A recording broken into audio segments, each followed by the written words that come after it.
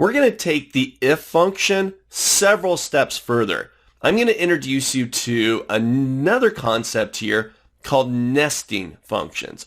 And in doing so, we're going to revisit the if function, and I'm going to introduce you to another function that's going to allow us to take the if function and apply multiple conditions, multiple logical tests.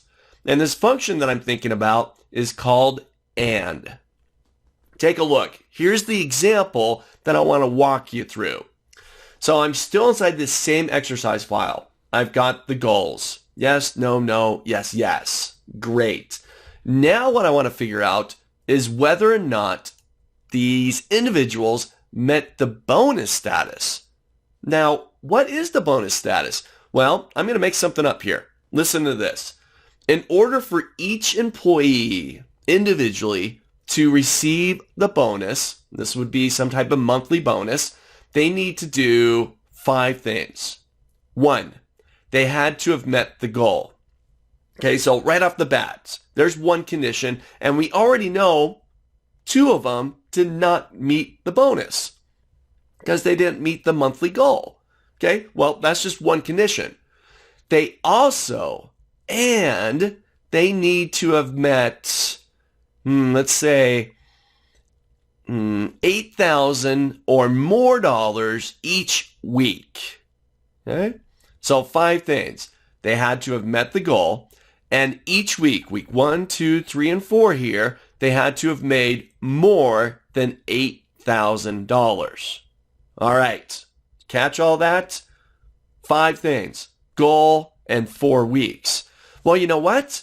A standard if function, like we accomplished with was the goal met, only allows for one condition, one logical test to be evaluated.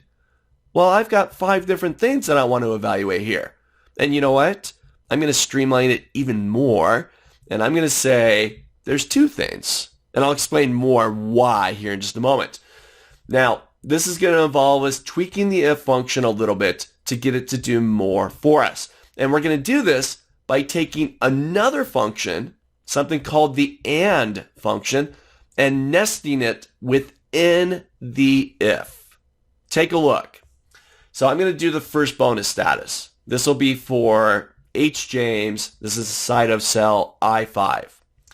Now I'm going to start out with an if, because really I'm looking for a condition and I want one of 2 things to happen here. Either, yep, they made the bonus, or nope, they didn't make the bonus.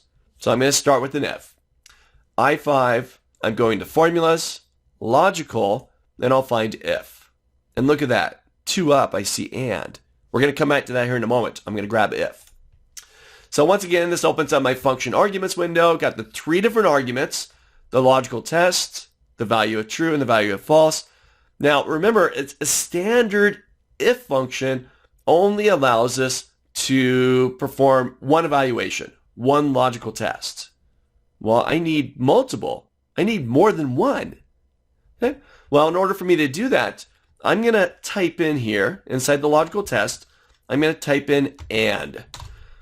And, open up a parentheses here, is another Microsoft Excel function. And it does one thing for us.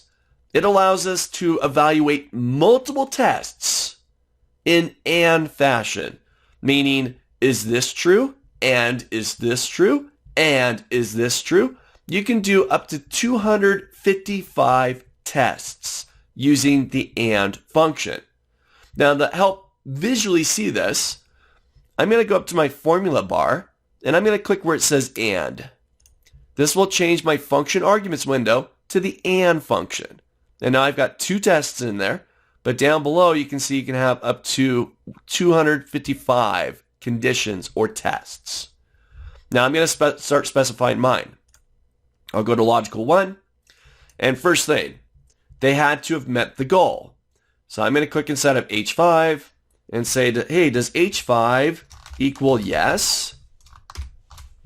Okay, that's my first test. Now logical 2. Remember, we got potentially 5 tests here, but I'm going to trim it down to 2. Now, you notice when I clicked in logical 2, they gave me logical 3. You can do up to 255 of them again. Now, to streamline this to some more, Remember, I also need to check whether each week they made more than 8,000. Well, I could do each week individually, or I could do this. There's a function that you're probably familiar with inside of Excel called min.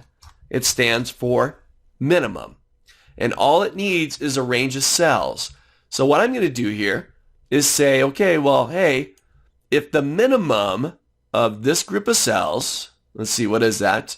B5 through E5, that's H. James's weekly data, close my parentheses, is greater than or equal to 8,000. So it'll go through all four values, find the smallest value in there, and compare it against my 8,000. So rather than doing it individually, checking B5, are you greater than 8,000? Checking C5, are you greater than 8,000? And so on, I'm going to nest another function. So we're kind of 3 layers deep here.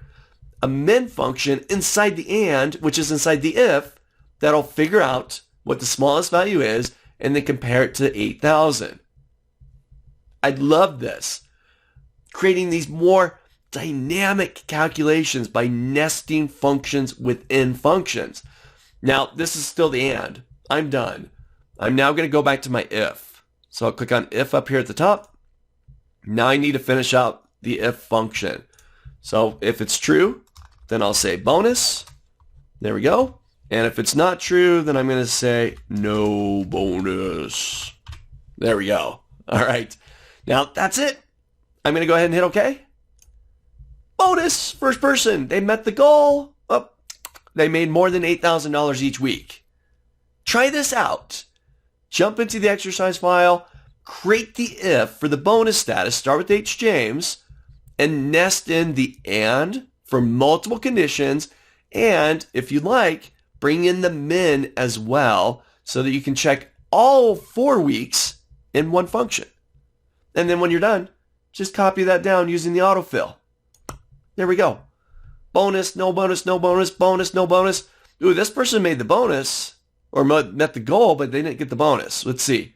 Yeah, they met the goal. Greater than 8,000, greater than 8,000. Oh, these 2 weeks did not make it. Try it out.